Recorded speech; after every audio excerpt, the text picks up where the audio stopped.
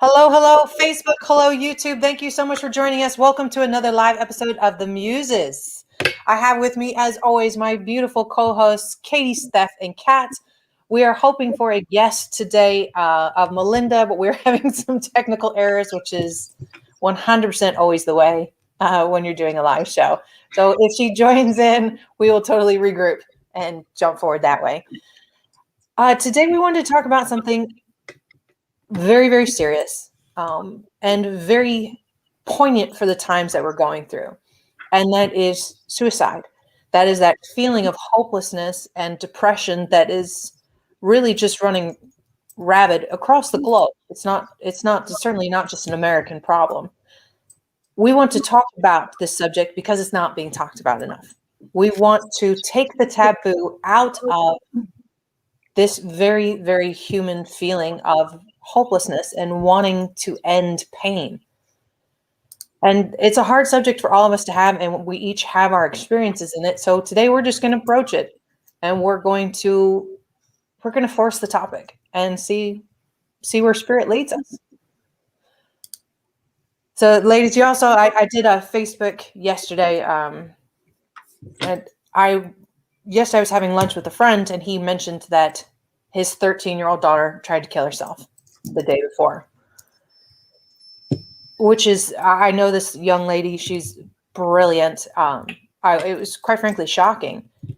Within minutes of that, I went on LinkedIn, and of course, the most prevalent stories that I see are about suicide. And one story was talking about the difference between suicide and suicidal, that it's easier for us to talk about those who have committed suicide than it is to help those who are suicidal. We are more comfortable saying that's shame.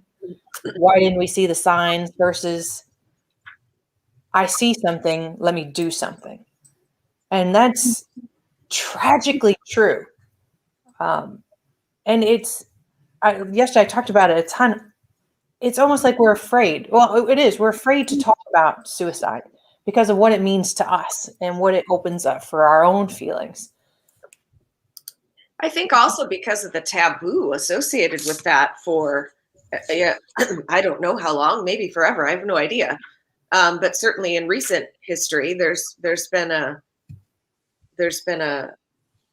yeah, I'm just going to say it. There's been a real shame associated with that, whether it's family members or friends. And I don't know if that is because of a feeling of I should have done something. I don't know if that's a feeling of